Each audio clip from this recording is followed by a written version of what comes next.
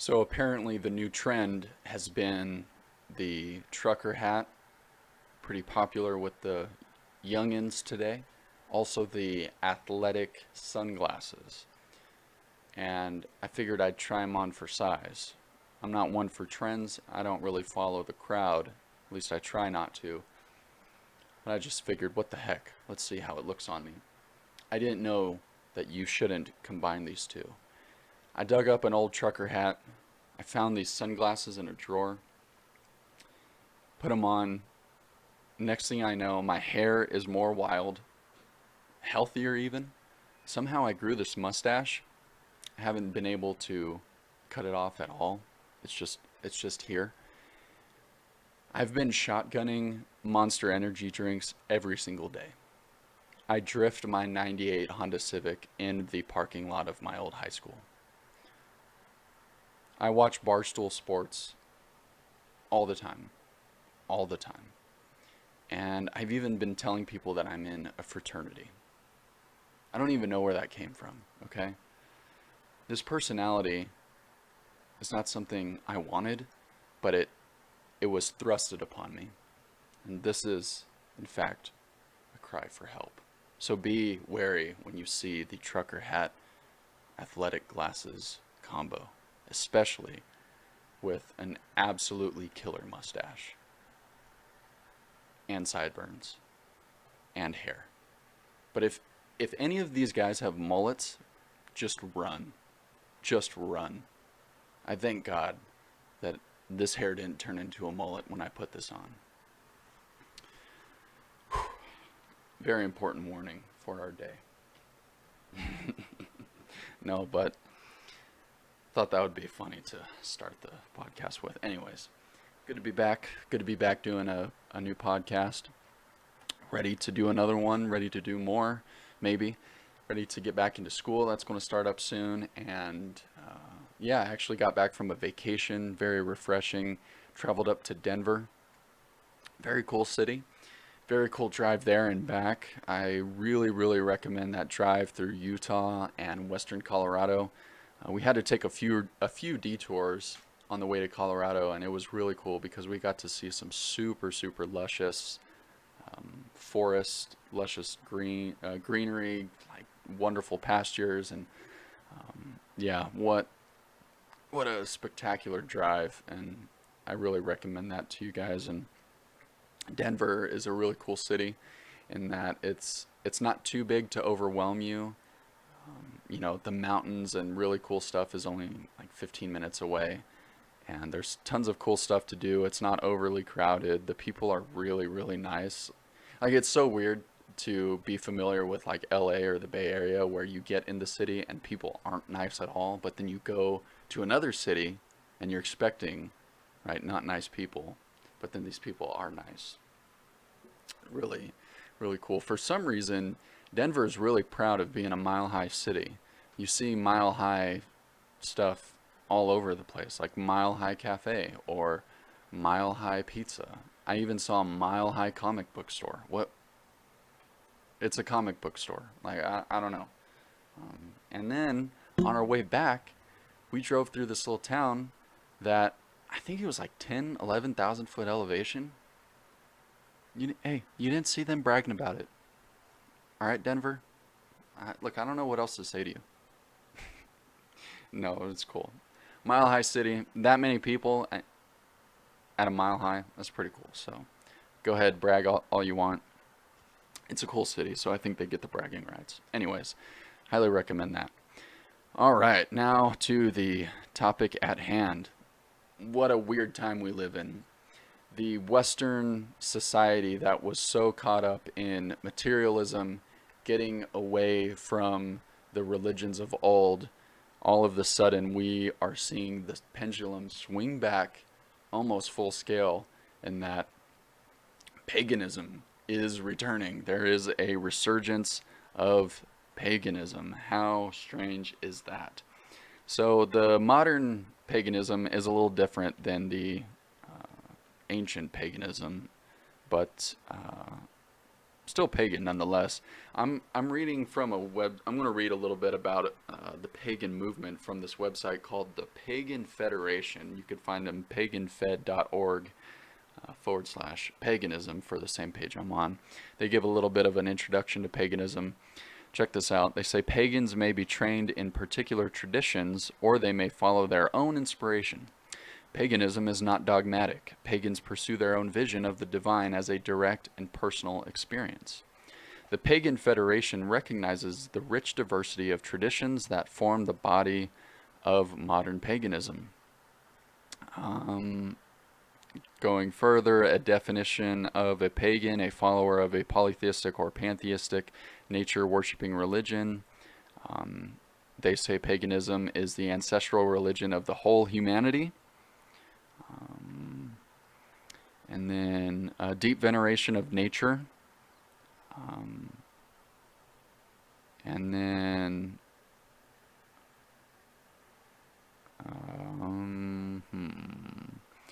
pluralism and diversity. Right, this is the idea that we just all believe in different stuff and same ways to the divine, and all this is divine, and your gods are our gods, but just different names and do different stuff. You believe in whatever gods you want, and we believe in the gods we want. We're all right. Let's all get together, sing Kumbaya, and all that good stuff. It's sorry, I don't mean to mock them, but it's just ultimately this modern paganism movement it's really not much, right? It's just this very pluralistic form of spirituality and deification of just random things. But this term neo-paganism can cover a lot. It's an umbrella term that covers a lot, and among the groups are things like Druids and Wiccans and witches and other groups who cosplay. No, I'm just kidding. I'm sorry. I just I'm sorry. I couldn't help myself. Even Satanists would consider themselves pagan, maybe, because they start to get into we don't really believe in Satan, and then they get into this weird, like, totally inverted, like, demonic belief system. There's Norse pagans. I'm sure there's people out there who believe in the Roman and Greek gods and whatnot. Ultimately, the commonality between these things are deep veneration and respect for nature, and then they're also very relativistic. I would say that's probably one of the biggest differences between the Neo-Pagan and the ancient pagans. A lot of pagans in ancient societies, they're like, no, this is right. Now the Romans were very pluralistic. They were, but you start getting outside of the Roman Empire, and these people were concerned about who the true gods were. So I would say that's a pretty big difference right off the bat. So nowadays they don't care what gods you believe in or divinities you believe, whatever. They don't care. I mean, it's just it's all good, bro. Let's all just sing Kumbaya and believe and worship whatever we want to, man. So I'm looking at paganism in the West, right? Because paganism has been detached away from the West for a very long time. So this is where we're seeing the resurgence in Europe and America. There is a difference between the two, which I find quite interesting. The American paganism tends to be very New Age, right? The crystals and the sounds and nature and movement and the stars that align, like I'm going to wake up and trip and fall into a creek because the god of the stars told me that I will. No, I'm just kidding. I'm sorry. I'm sorry. It's like, it's so tempting to mock this. I can't. Okay. I'm sorry. Anyways, very New Age. It's very fluid in its definition. And almost, right, like when your definition is so fluid, it almost means that there is no definition at all, because there's the New Age spiritualism, and then there is paganism, right? Where in paganism, there is kind of an object that is being deified, or there's something that you are directing your attention to, your worship to. But in this New Age thing, it's just like trying to connect with the deeper aspects of humanity. So it is different, but then in American paganism, there's so much overlap that you don't really know where one ends and the other begins. Now the European pagan movement is, again, very interesting, because on the one hand you do have this kind of New Age, very liberal type people who get into it, but then on the other hand you have these far right Europeans who get into it, and a lot of European pagans actually identify as a part of their country's fascist party, though certainly not all, but they do, and I do find that interesting, and I think there is something to be said, something to critique about that, which I'll get to in a moment. So that's, in a very, very, very loose nutshell, what we're seeing now. And yeah, it's very strange. I remember I was watching the show Vikings, which it is a good show, by the way. I think they do treat Christianity very fairly in that show, which I greatly appreciate. Well, sometimes they don't, but so you're warned. But I was following one of the actors on Instagram, and then he congratulated the very first Norse pagan wedding to take place in like centuries. So I guess there hasn't been a Norse pagan wedding to take place since, right, since Christianity conquered the Vikings centuries ago. But yeah, I was like, excuse me, and then that's how I found out about this whole thing, that paganism is reemerging. So what I want to do is I want to see, right, we want to see what it gets wrong, of course, but we also want to see what it gets right, because I do think that the phenomenon of the resurgence of paganism gets some things right. And ultimately, right, the point of the show, we want to bring it back to a Christian perspective. So, first thing I think it gets right is a return to tradition. So, I think it is a good thing to desire to return to tradition. I think tradition is a really cool thing, and what we're seeing is these group of people who want to reconnect with the ancients and the ancestors, right? Their ancestors, because they want to be able to be a part of something that's not only bigger than themselves, but something that they know that humanity across space and time connects. And I think that is very,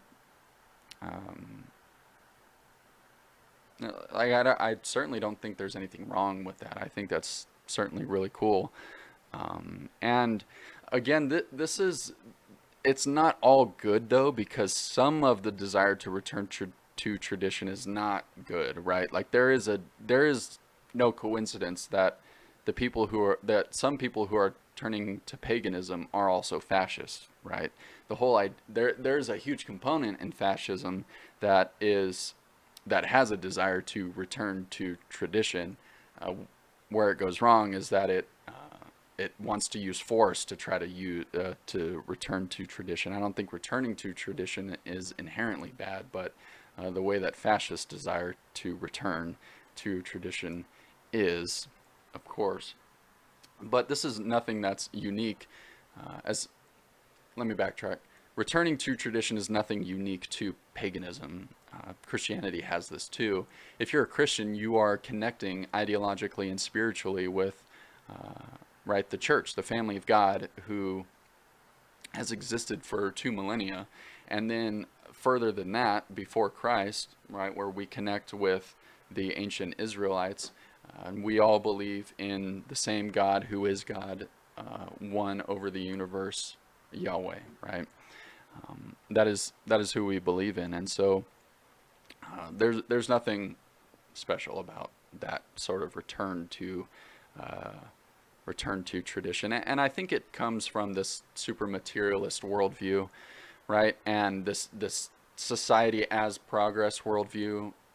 And I get the sense that modern society likes to look back to the ancients, and they say, okay, some things you got right, but man, you're just so barbaric, and you're so uh, archaic in so many things that you do. But we've mastered so many things. We have these super advanced technologies, and we've rid the world of so many plagues and burdens of society that you guys always had to deal with. And it tends to want to throw out the deeper parts of humanity, the parts that we actually can connect with when it comes to our ancestors. Sure, we can't connect with them in the way that we all know what the experience is like of having access to a computer or phone, but we can connect with them in the sense that we do desire a more transcendent framework, right? We want to understand a deeper purpose of life. Science doesn't answer why we love, why we desire to seek a meaning, why there is a right and wrong, why we want to connect with something that is above us, that is beyond us, bigger than us, and we want something that ultimately will establish order. We want to seek something that is completely the good, completely the true, and completely the beautiful, right? The three transcendentals. We seek all these things. I think our hearts desire these things utmost, and science just frankly doesn't. It does not answer those things, and it cannot answer those things. And that is my second point here, and what paganism gets right in that I think a lot of these folks are fed up with this materialist worldview, and they want to get in touch with their spiritual side. Human beings are spiritual beings, and this is an attempt to connect with that.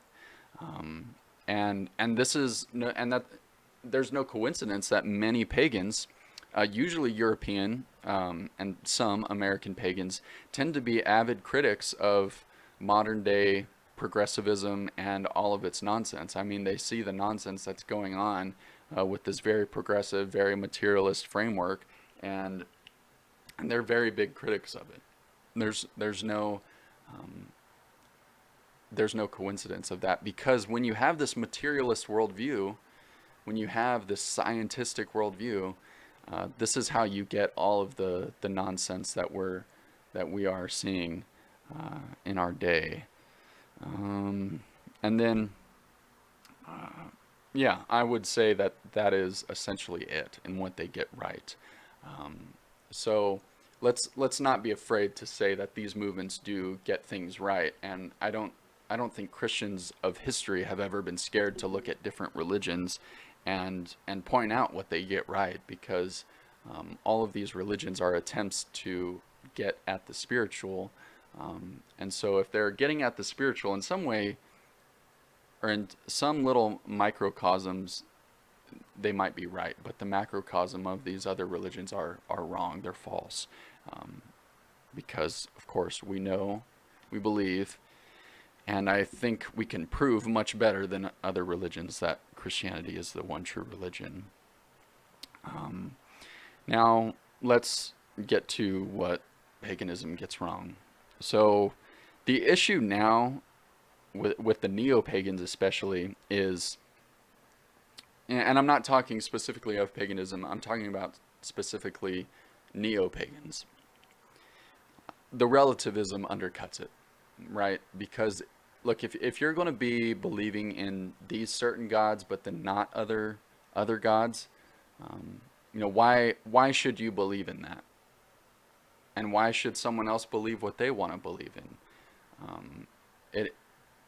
There's no reason to believe in it other than it just makes you feel good, and it makes you feel more connected to things. So take for example, like if you were to compare the gods of like the Roman gods versus the Norse gods, it's like if you believe in the Norse gods, then there's a lot of things with your story that you believe in, the story of the Norse gods, that go completely against the Roman gods, right? So one of them has to be true, or none of them has to be true, right? Another one has to be true. Some other worldview has to be true. If they're contradictory, then it means that they both can't be right. And then of course this I don't really want to get into the veneration, and you could even say the divination of nature. But this pantheistic idea of, we're all part of the divine and we're all part of God, and that itself contradicts, because we know that there are conceptual things that are true that do contradict, right? So if you say everything is God, it's like, okay, is good God and is bad God? Well, that they contradict, right? They can't go together. So the relativism really undercuts it, which I think is its fatal blow. And another thing I think it gets wrong is, look, I think a lot of it is, frankly, out of spite against Christianity, right? Yeah, they want to get in touch with their spiritual side, but they've society, and I bought into this idea for a long time. Well, I shouldn't say a long time, but for a good chunk of my high school years, I bought into the idea, this false idea of Christianity, that Christianity is just this oppressive religion, and it's not true, and it's just an old, we can't know that it's actually historical, and it actually took part in a lot of oppression and domination over people, and yeah, just you could go on ad nauseum about that, and yeah, it's done out of spite against Christianity. They see that the mainstream religion, it isn't now, but is kind of Christianity. It's either you don't really ascribe to a religion, but if you do, it's usually Christianity. Um, Although Islam is ticking up, right?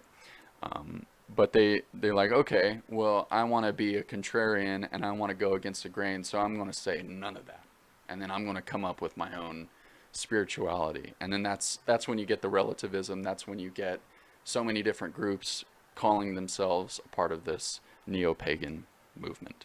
Now, the pagans, they're not shy about their critiques to Christianity, which I enjoy. There's nothing more fun than hashing this stuff out.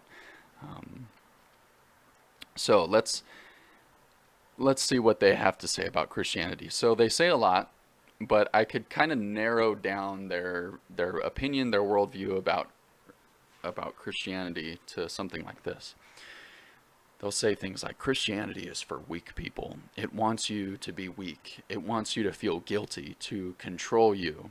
It calls you a sinner, right? This is to make you submit. And like, are you really a sinner? Like, can you really, like, why can't you be a good person? Why aren't you a good person? And do you really want to be controlled? Um, a lot of their critiques of Christianity sound like that. So let's respond to them. Hopefully I can get through this quickly. So first off, Christianity is for weak people. Well, Paul said in 2 Corinthians 12:10 specifically, for the sake of Christ, then, I am content with weaknesses, insults, hardships, persecutions, and calamities. For when I am weak, then I am strong.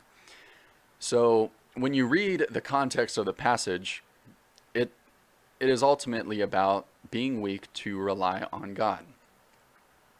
So what is the danger of being strong and well off, right? This picture that pagans like to have, right? This conquer, very strong picture that pagans like to ascribe to.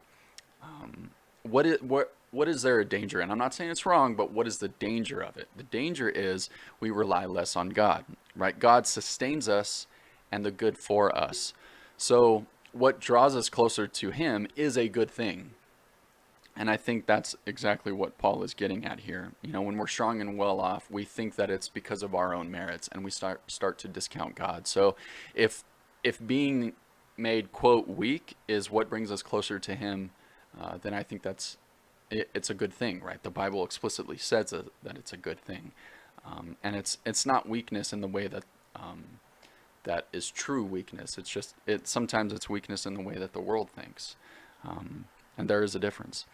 And we have confidence that we can draw on God because His love and His grace are strengthening and assuring. They're always there. Now I have to ask, what God in paganism comes to you when you are weak, right? In most pagan religions, man is just a byproduct of a war of the gods, or man is just a piece to be played with in a game. They're pets, they're slaves. This is what humanity is relegated to in pagan traditions. So I'll have more to say on the nature of the gods in a second. But, ultimately, I do appreciate this critique that, right, Christianity is for weak people, or it's a weak man's religion. Some ways I appreciate the critique. Why?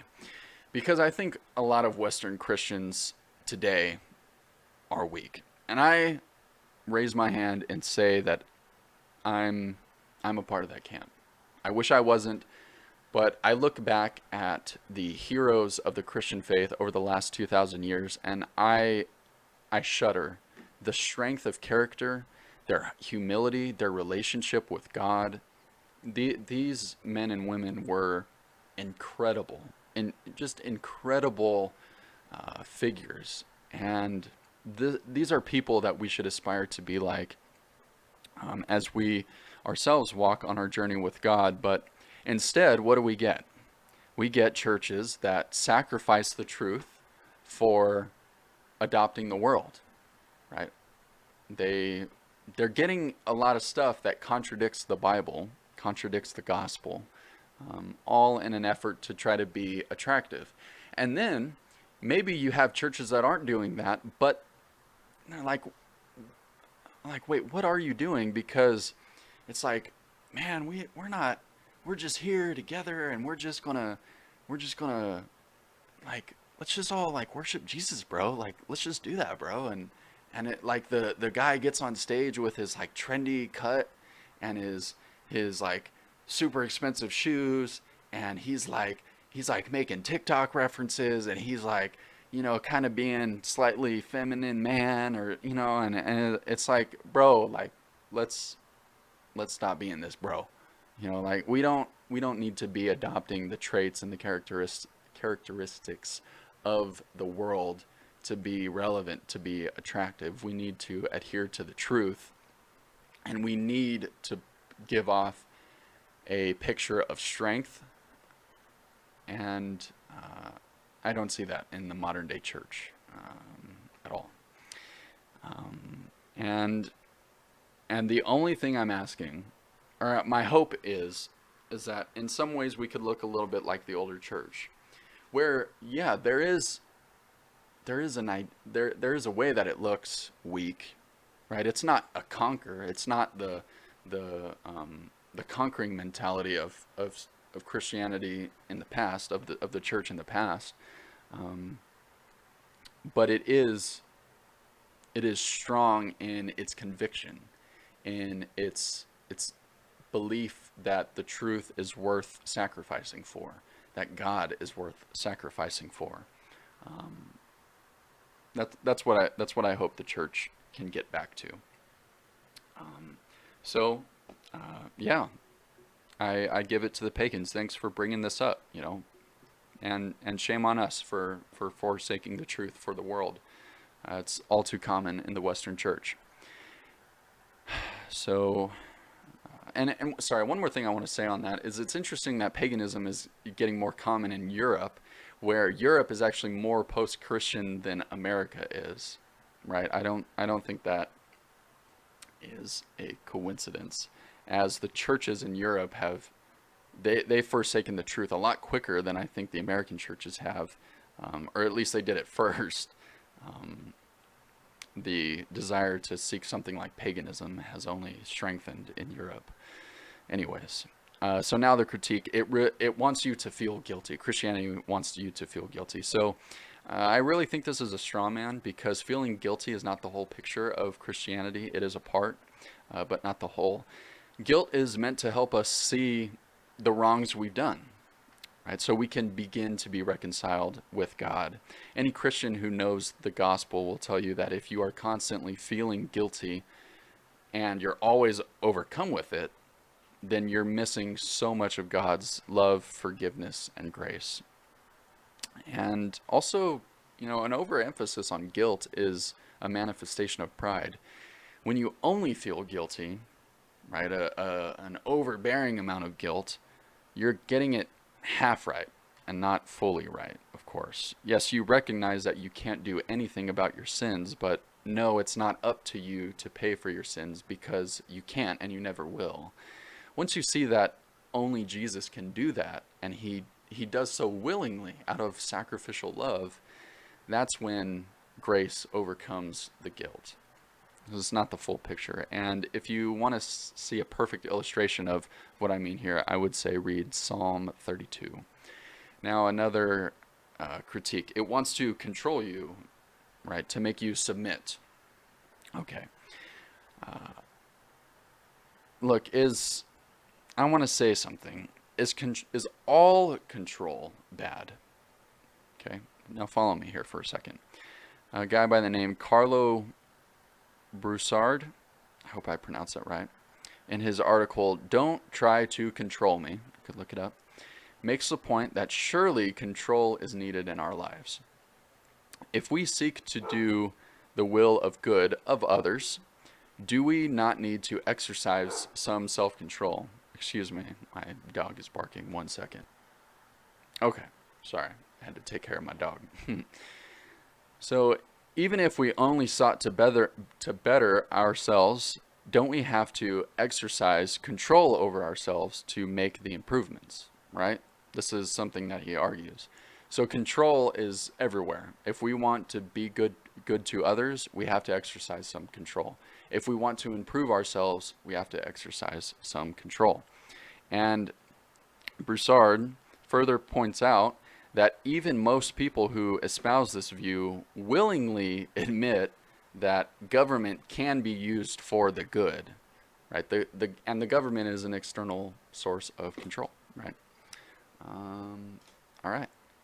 And also this critique implies control with malevolent intent, though, and this is a point that I'm bringing up here. This implies malevolent intent, right? Let's be honest here. This is what you're implying. But I wonder what Christian leader actually seeks to control for malevolent or selfish gain. So follow me here. Most true Christians who lead do not seek and intend to lead for selfish gain, because they know of a verse like James 3:1 that says, "Not many of you should become teachers, my brothers, for you know that we who teach will be judged with greater strictness." So here the Bible is openly discouraging many people from being leaders. Why? Because there's a harsher judgment that comes with it. And then when you say, okay, but then there are leaders who are leading out of selfish gain or malevolence, this is when we start to peel back the layers, we start to see, okay, they're not really Christian. Usually they're leaders of cults, and if they say they're Christian, we could see by their fruit that this is not someone to seriously follow, to believe in, and we could see their contradictions with the Bible plainly. And to refer to Broussard once more, just because there are false and bad leaders in the religion does not mean that the religion itself is wrong. So my questions to pagans is this: what are you going to submit yourself to? Now, one option is yourself. Seek to submit only to yourself and see how easy it is to if not become a mean person, turn into a cold person who doesn't really care about those around you. It's also really boring, right? You have reduced the world down to just you, and you're not a part of anything bigger. Maybe you want to submit yourself to something like pleasure, wealth, fame, or power. Uh, I have heard in pagan circles people who believe in these things, that they should pursue after these things. Um, so again, when you seek these things outright, watch how easily it becomes to use others as a means to acquire that goal. People become obstacles or tools, and it's never outright that you start treating people like that, but it's in the small decisions, the very small decisions to choose a profit over a person, or to abandon a responsibility to advance your notoriety, right? It's the small decisions that stack up to become big decisions, ultimately into who you are, and this will bring you down. And so in these decisions to pursue these goals, right, like pleasure, wealth, fame, power, just some examples, what's to say those things aren't going to come back and haunt you? Perhaps you want to submit to the gods then. And like I said, why? Humans are just an accident or pieces for the gods' own personal use. This is if you're a pagan who believes in the more ancient ideas of the pagan gods. So in Christianity, God made the world for us, right? Read Genesis chapter 1. He calls us to a life with him. Why follow the gods of these pagan religions, especially considering that these gods actually mirror human qualities? They're selfish, conceited, egotistical, power hungry. You could lob those critiques against Christianity, but I really don't think you have legs to stand on, because that's not at all the whole piece of the pie, if you will. But in paganism, that's really what we're getting at here. These gods reflect human qualities. Let's see here. Right, and going back to what I was saying, that it's not the whole piece of the pie if you try to lob these critiques at Christianity.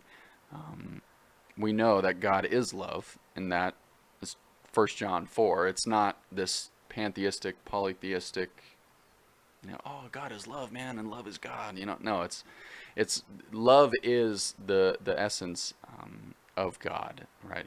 That is an essence of God. It is his very nature to desire to save us to the goodness that he is. What desire do the ancient gods have to save us, right? And don't we want to be saved into paradise? Isn't that our deepest longing? And as I have read ancient myths of the pagan religions, the actions of the gods, they make sense to me. And that's the problem. The true God, who transcends everything, including our own thoughts, should behave in a way that we do not expect, and in a way that we would not have guessed, right? Think of Christ performing a miracle and charging people not to tell anyone.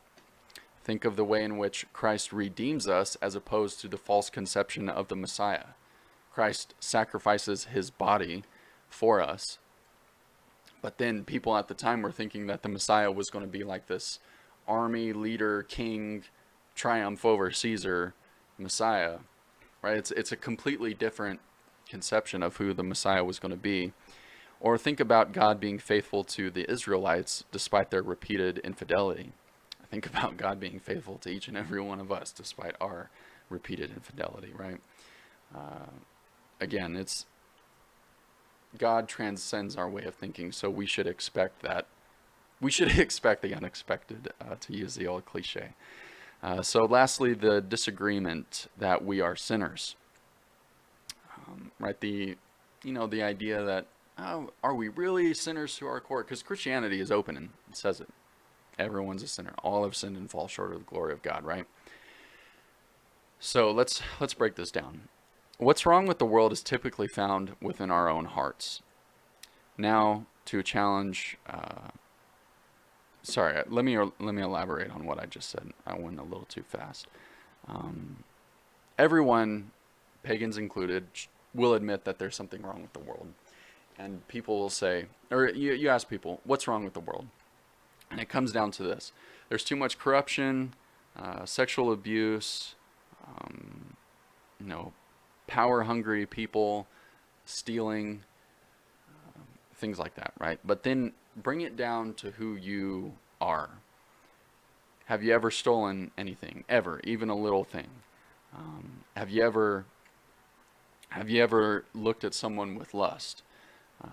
Right? Have you, let's see. Other questions are escaping me. But if you ask yourself these questions, what you start to see is that the reflection of what's wrong with the world is also within our hearts. So that's point number one on the fact that we are sinners. So if there's something inherently wrong in the world, and then what's wrong reflects, or our hearts reflect what is wrong, then maybe there's something that is inherently wrong with us.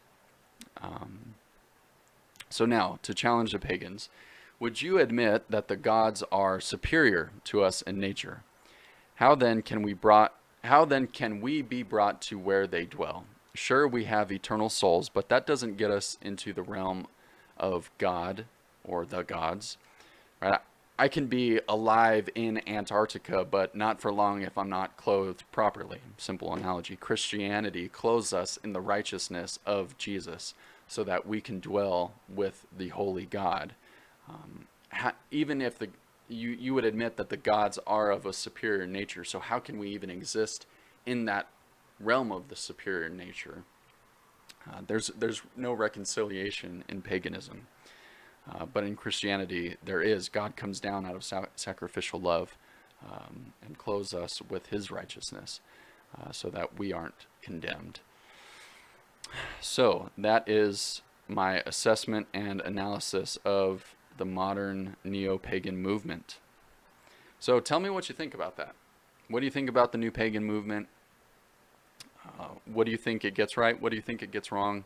And what are some thoughts you have? Maybe you're a pagan listening and you're really wrong, and you think I'm really wrong. Tell me why.